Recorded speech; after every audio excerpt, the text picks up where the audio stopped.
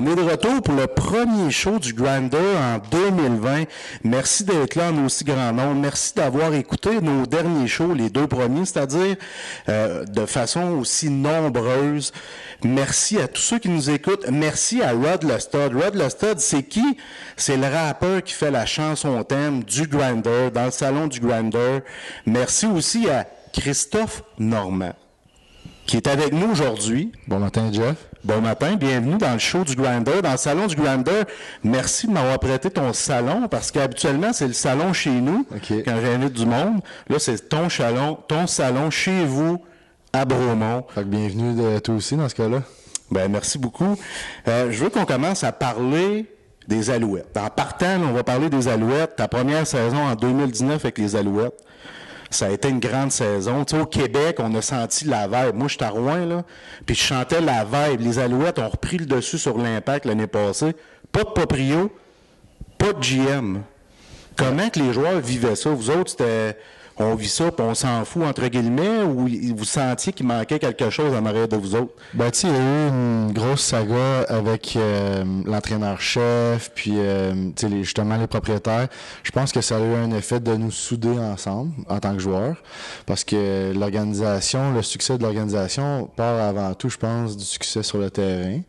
Puis dans tous les matchs, premièrement, on a battu chaque équipe de la CFL, ce qui était pas le cas dans les années avant, les années récentes.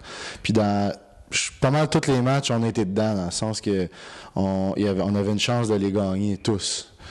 Ceux qu'on a perdus, à laquelle je fais référence. Mais je pense que cet engouement-là, ça nous a vraiment soudés, puis l'esprit d'équipe, ça nous a permis d'avoir une belle saison. Récemment, là, tout récemment, je pense que tu dois être content de ce qui s'est passé, parce qu'on amène des grosses têtes au sein de l'organisation. J'ai juste pensé à Danny Machocha, puis je me dis, wow, tu sais, ce gars-là, c'est une tête de football. Il était avec les Carabins longtemps. Il a déjà été GM dans la CFL. Ça n'avait pas fonctionné à cette époque-là, mais aujourd'hui, je sens que le bonhomme est prêt à prendre ce rôle-là. Ça doit vous donner de la confiance, ça, juste de le voir arriver et de dire, hey, lui, il a un plan, il a une vision, on a quelqu'un pour prendre les guides puis nous guider. Ben, personnellement, je suis d'accord avec toi. Comme tu dis aussi, il est arrivé à l'Université de Montréal puis il a accompli quelque chose qui avait jamais été fait en longtemps au Québec, c'est-à-dire une Coupe Vanier à Montréal. C'est sûr que j'ai participé pour le Rouge et Or, évidemment, mais c'est quand même un beau succès qu'il a eu universitaire. Ça lui donne un leverage, un levier, en français, par rapport au fait qu'il connaît le réseau universitaire québécois. Et le recrutement, ça part de lui. Là, en tant que directeur général, c'est lui qui va engager les joueurs.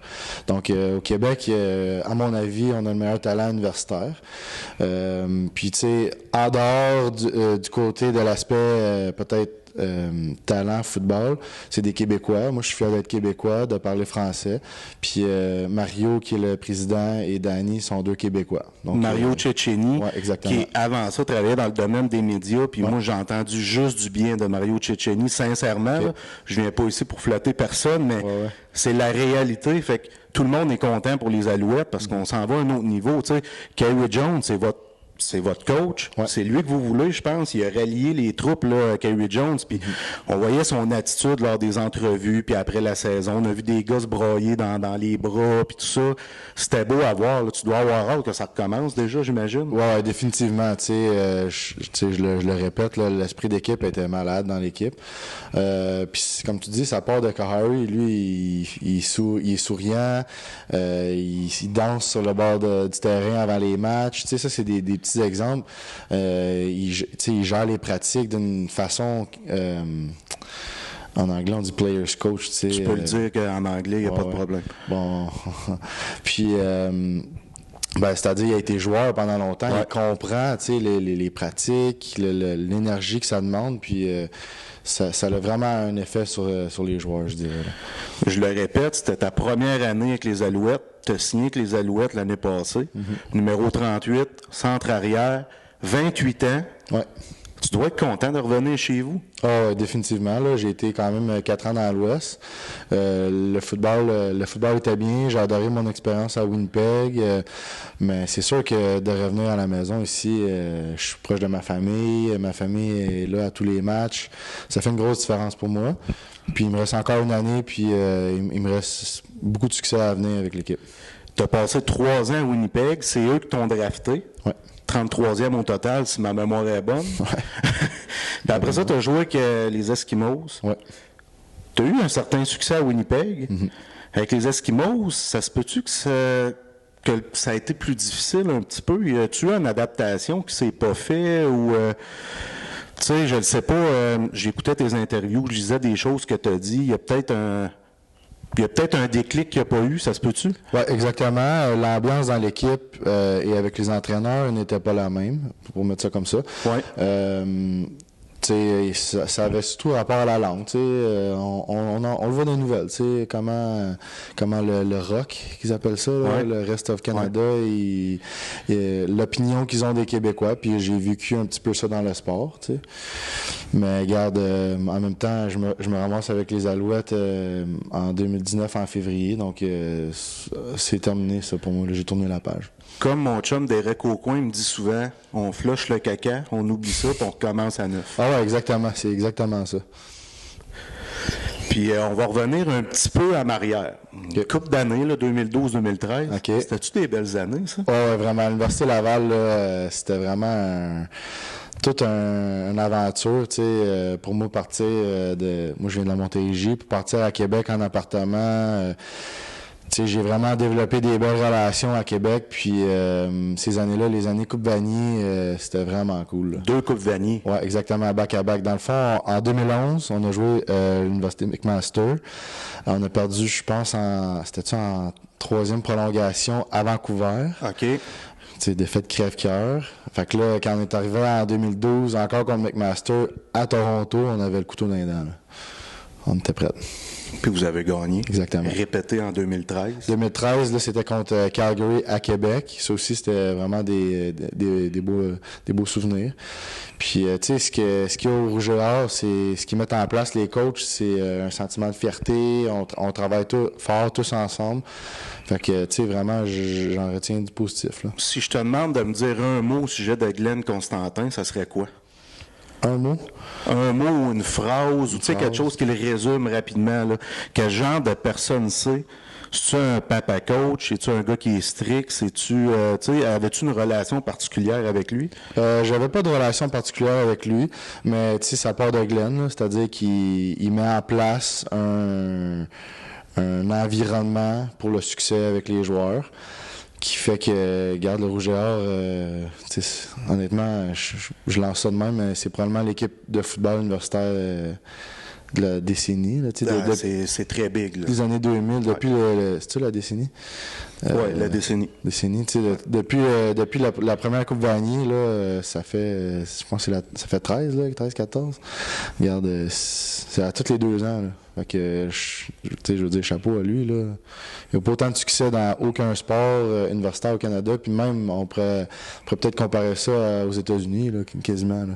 Fait que c'est incroyable. Ouais. C'est chez nous au Québec. Oui, exactement. Tu sais, parce qu'on dit la CFL, dans l'Ouest, là, c'est mongol, là, dans le sens que c'est une religion. Il y a du monde autant que dans la NCAA puis dans la NFL. C'est fou raide, là. Mais nous, au Québec, on est chanceux d'avoir le Rouge et Or qu'eux, ils n'ont peut-être pas là-bas. Ouais. Fait que c'est du positif pour nous. Puis si je recule encore un peu, pourquoi tu joues au football? Tu as commencé quand à jouer au football? Quand est-ce que Christophe Normand s'est levé un matin et s'est dit « moi, je vais jouer au football ». Tu sais, au Québec, tu as 28 ans, je n'ai 38, mais quand on était plus jeune, c'était le hockey. Mais pourquoi toi, le football? Ben, moi, premièrement, j'ai joué au hockey, j'ai joué au soccer, tu sais, j'ai fait plusieurs sports en grandissant. Le football, j'ai commencé à 11 ans, c'est ça, en 6e année. Puis, j'ai toujours fait plusieurs sports en même temps. Je pense qu'il a fait la différence, c'est qu'au secondaire, j'ai des coachs qui m'ont un petit peu, ils m'ont botté le cul pour que je me force. Tu sais, j'ai toujours été grand puis athlétique quand j'étais jeune. Puis, tu sais, des fois, ça arrive là, quand t'es ado là, d'être un petit peu plus fainéant. Ouais. Mettre ça de même. Là. Puis, il y a des coachs qui sont venus me voir et m'ont dit, regarde, t'as du talent et du potentiel au football. Ils m'ont battu le cul pour que je me force. À mon secondaire 5, on a gagné, c'était encore le bol d'or à cette époque-là. On a eu une saison parfaite. On a gagné le bol d'or. Puis, j'ai réalisé au secondaire que le football, ça me fait payer pour mes études à l'université. Puis c'est ça qui m'a motivé. Tu sais, le football, c'est un esprit d'équipe. Tu rencontres plein de gens. On est beaucoup sur une équipe de football. Puis c'est vraiment ça que j'ai préféré au football. Puis quand tu étais plus jeune, au secondaire, tu jouais à quelle position? Je jouais encore centre-arrière, porteur, tu as toujours joué centre-arrière pas mal. Ouais. Puis es-tu capable de résumer ta position en quelques lignes aux gens qui nous écoutent, les partisans moyens, c'est quoi ça, centre-arrière? Il y a plusieurs positions que les gens connaissent peut-être pas au football, dont centre-arrière, d'après moi. Pour résumer ça, pour faire une image, nous, on a 2 enfants à la maison, on prépare des lunchs, on prépare des repas toute la semaine. Puis nous autres, là, on est vendredi. Là, quand on arrive vendredi, on n'a pas le goût de faire à manger. Fait qu'on ouvre le frigidaire, puis on prend les tout ce qui reste dans le frigidaire, on mange ça le vendredi soir, on se casse pas la tête. Je pense que le centre-arrière, c'est un peu un tout ski. Fait que j'aime ça. Fait que tu sais, on va surtout bloquer pour les porteurs de ballon, pour le carrière. On va être appelé à porter le ballon, à l'attraper. Moi, j'ai un gros rôle sur les unités spéciales. Je suis quand même un leader sur les unités spéciales, c'est-à-dire qu'on va bloquer pour les phases, pour les dégagements, on va faire les plaqués lorsqu'on dégage. Puis à l'inverse, lorsqu'on reçoit les ballons, je vais faire des blocs pour le retourneur. Donc, tu sais, c'est vraiment un tout ski. Je fais un peu de tout. Ouais, j'aime ça. Moi, c'est ce que je vais dire dorénavant. Tu sais, tu parles de ton leadership et tout ça. Moi, ce que j'aime du football, là, c'est cet esprit-là de leadership. Tu sais, j'en écoute du football, puis je vois ça, là, le quart arrière, les discours qu'ils font. Les entraîneurs dans le vestiaire, ils font des discours de malades. Puis tu vois des câlins entre les coachs puis les joueurs. Tu vois pas ça au hockey, sincèrement. Tu sais, t'as une proximité, t'as du leadership, t'as des discours, puis tu fais un sport de fou, là. Tu sais, c'est hot, là, le football, là.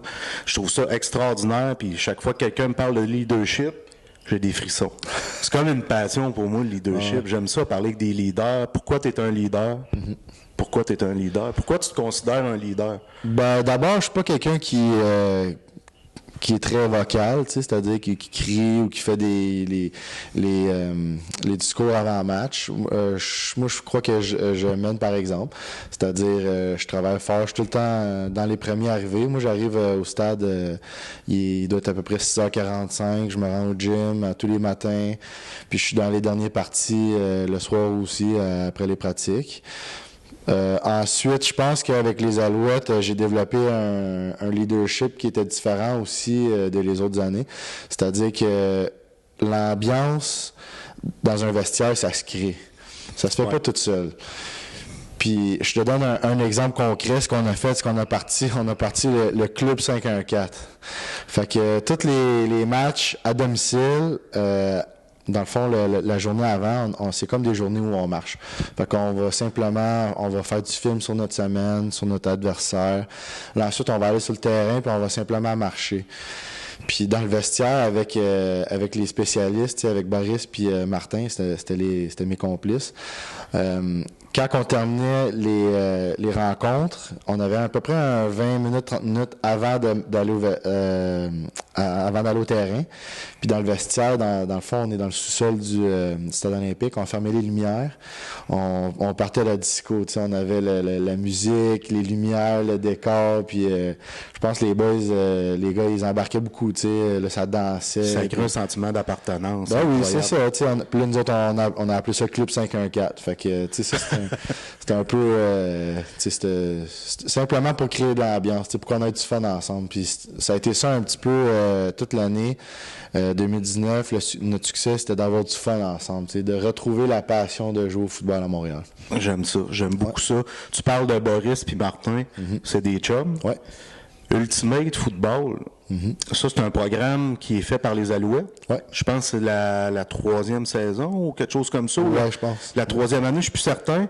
Mais tu fais partie de ceux qui font ça, qui se promènent. Vous promenez dans les écoles un peu ou comment ça fonctionne? Ben ça, c'est un programme, c'est Olivier Turcotte qui gère ça, un coéquipier de moi du cégep et de l'université. Dans le fond, c'est Olivier, là, on fait 80 écoles primaires. OK. Ça fait que c'est des élèves Au Québec, évidemment, 5e, 6e année. Nous, on se présente à l'école, puis on veut initier les jeunes au football dans les gymnases. Et puis, fait que, on va toucher des milliers de jeunes au Québec. Puis ça part de là, la passion du football. C'est quand t'es jeune. Moi, quand j'étais jeune, on a eu la visite de Mathieu Proulx au secondaire. Tu sais, dans l'époque, les Alouettes, c'était des coupes Grey. Oui, exact. Fait que, tu sais, ça a un effet positif, premièrement sur le sport, mais aussi sur la réussite scolaire. Tu sais, le football, le message ultimement qu'on veut passer, t'es obligé d'aller à l'école si tu veux jouer au football professionnel. Fait que c'est un peu ça le message. T'sais, on joue avec les jeunes, c'est comme du ultimate frisbee ou des patates chaudes. Là. Mais dans le fond, on ajoute le ballon de football avec des drills, des exercices, puis les jeunes triplent. Les jeunes, ça bouge pendant 1 heure, 2 heures, ça bouge sans arrêt. Puis je pense qu'ils apprécient ça. Fait que vous léguez votre passion. Des gars passionnés qui arrivent, tu lis ce message-là aux jeunes. C'est hot pour des jeunes, mais qu'est-ce qui serait hot encore plus que ça? Vas-y donc. Que vous veniez à Rouyn-Noranda. Ben, honnêtement, l'année passée, je pense qu'ils sont allés dans votre coin. Oui? Oh, ben. Faudrait que je vérifie, là, avec ma recherchiste, là. J'étais pas là. Mais je suis pas mal sûr, parce qu'il y a une tournée qui s'en va à Québec. OK. Puis il y a quelques écoles, puis je suis pas mal sûr qu'ils vont dans votre coin. Okay, je vais vérifier avec Francis. Vérifier avec Francis et Olivier. Vu qu'on est là-dedans, okay. On parle de ça. Ouais, c'est ça. Ça, c'est important. CNP, c'est pour Christophe Normand. Performance. Ouais. Depuis quand que tu as ça? J'ai commencé mes camps sportifs il y a 3 ans déjà. Puis, pendant les saisons mortes? La saison morte, oui, exactement. Puis ça, je fais ça à Granby, à côté de Bromont, dans le fond. Là. C'est au complexe sportif Artopex. Puis, tu sais, un peu comme toi, t'es à Rouyn, l'offre sportive est différente parce que t'es tellement loin de... T'es loin de l'université, Fait que l'offre est... Moi, dans notre coin, il n'y a pas énormément d'offres pour des camps sportifs un peu football.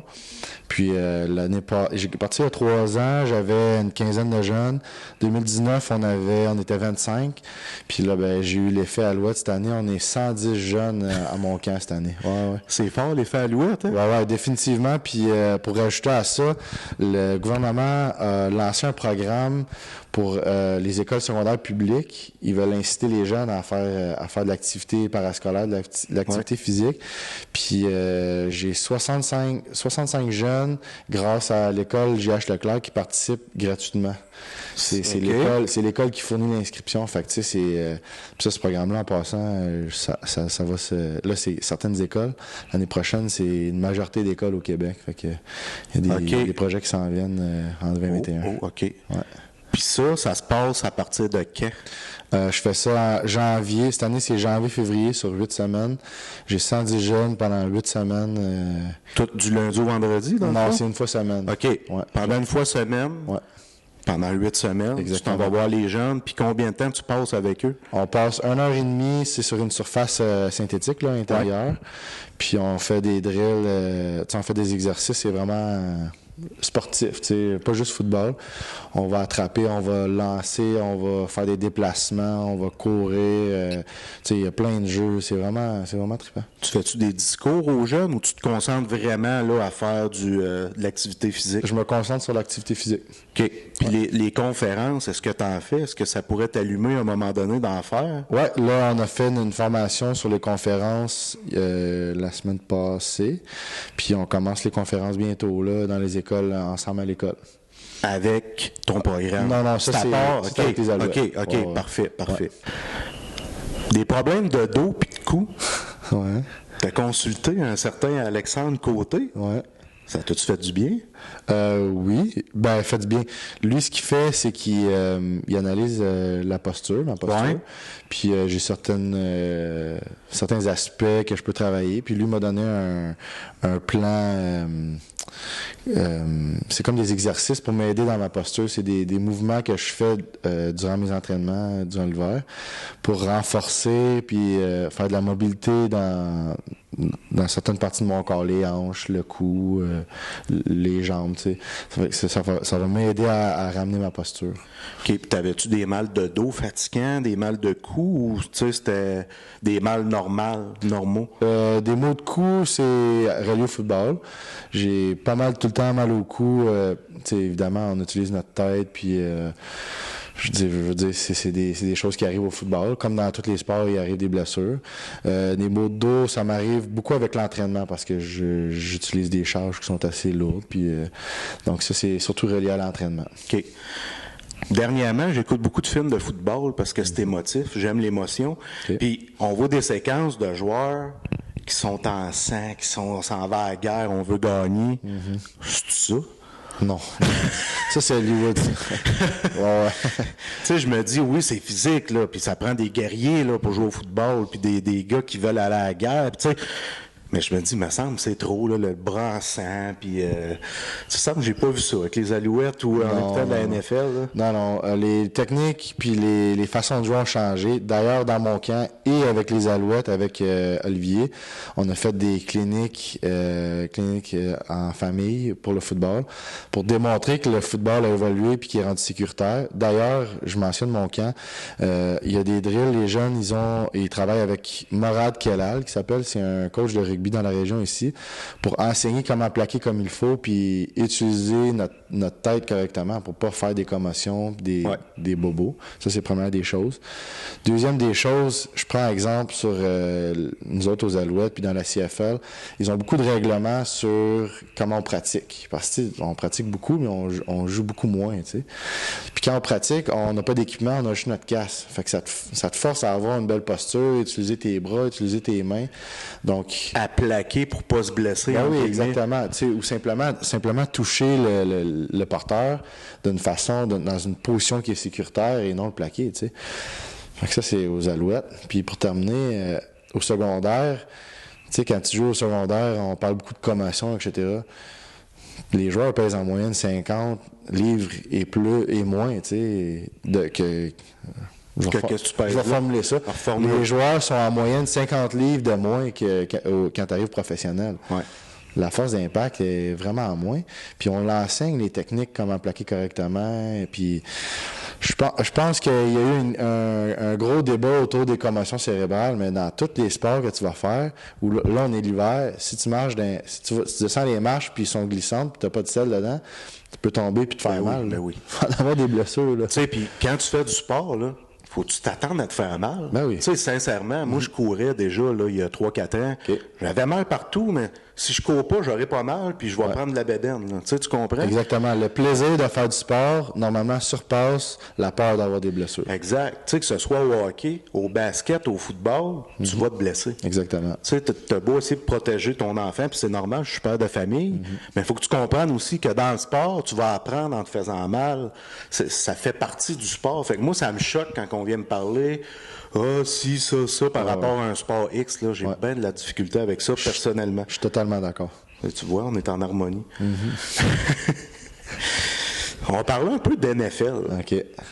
T'as-tu déjà rêvé ou cru que tu pouvais atteindre la NFL? Oui. Dans le fond, à l'année que j'ai été repêché dans la CFL, ils organisent dans la NFL des showcases? Ouais, des undrafted combines. C'était quoi déjà le nom? Des combines que t'es pas drafté, que tu t'en vas là pour jouer. C'est ça, des unofficial combines. Puis j'ai participé à un de ces combines-là à Baltimore. C'est la même chose que les combines traditionnels, là, le 40 verges, les tests de déplacement, etc., des 1 contre 1. Puis c'était cool. J'ai vu le stade d'entraînement des Ravens. Puis c'est sûr que j'ai rêvé. T'es-tu dans un autre monde quand t'arrives là? Ben, oui. Ouais. Ben, j'ai juste vu le stade de pratique des Ravens. C'est dans le fin fond d'un bois caché, full protégé, puis ils ont du budget. C'est vraiment big, puis c'est cool. Mais ça n'a pas fonctionné pour moi, puis regarde, c'est pas la fin du monde. Je gagne très bien ma vie à jouer aux Alouettes. T'as-tu un agent? J'imagine que oui. Ouais. Fait que c'est lui qui t'avait trouvé ce break-là à Baltimore? Non, ça c'est moi personnellement qui l'ai trouvé. Ouais. OK. Ton agent, tu l'as depuis quand? Parce que, tu sais, ça a un rôle important, les agents. Ouais. Je suis en train de lire le livre d'Étienne Boulay. Ah, OK. D'Étienne Boulay, puis il n'y avait pas d'agent quand il était NCAA. Ouais. Fait qu'il y a eu de la difficulté un peu à se trouver un rôle pour poursuivre sa carrière professionnelle. Ça, c'est à ses débuts, là. Fait que je me dis, ça a un rôle très important, un agent, là. Ben, personnellement, je trouve que oui. Mon agent, moi, je travaille avec depuis mon premier contrat CFL. Puis, tu sais, la négociation, c'est quand même comment on dit, c'est cutthroat. Ouais. Je sais pas comment tu dirais ça en français. Je là. le sais pas. On va le laisser en anglais. Ouais, Ça passe. tu sais, c'est très, c'est une négociation qui sont très, très difficiles parce que. Puis c'est pas fait pour tout le monde. Ben non, exactement. Toi, tu veux te concentrer à jouer, tu as besoin d'un chum ou d'un agent qui vient faire ça pour toi. Hein? Exactement. Puis mon agent, il m'a servi de guide aussi. Il m'a conseillé dans ma carrière. Puis c'est lui qui a fait des approches avec les Alouettes. Je lui ai demandé, regarde, j'aimerais ça jouer à Montréal, moi. Puis c'est tout lui qui m'a permis maintenant d'être à Montréal. Puis tu sais, chacun a sa personnalité. Il y a des joueurs qui sont prêts, qui sont à l'aise de faire cette négociation-là. Moi, j'ai pas ce côté-là. Puis je voulais te demander une chose, là, sens-toi bien à l'aise. Là. OK. T'es-tu fort des bras? Ben, quand même. Attends-tu qu'on tire au poignet sur ta table? Ouais, vas-y donc. On va. OK. On est face à face sur ta table de cuisine. Oui. Fait que moi, je suis pas fort, mais toi, je sais que t'es fort. C'est bon. OK, on va essayer ça. On le fait.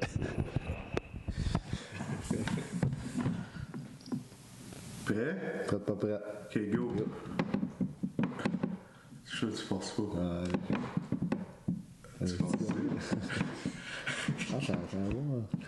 Tu vois, ok, tu fais des poignets, ça, hein? Ah, là, je t'ai tiré. OK, fait que Chris est plus fort que moi. Écoute, c'est déjà la fin. Je suis tellement content d'être venu chez vous. On a eu du fun. Ton café était super bon. T'as un beau sourire. Puis continue ce que tu fais. Parfait. Tu sais, oui, les Alouettes, mais tout ce que tu fais alentour, là, moi, je trouve ça sharp. Toi, t'es impliqué. Les Alouettes le sont. Puis on va faire de quoi maintenant à Rouen avec ton camp. Parfait. Ça m'intéresse. Merci. Merci beaucoup à toi. Comme Xavier Dolan.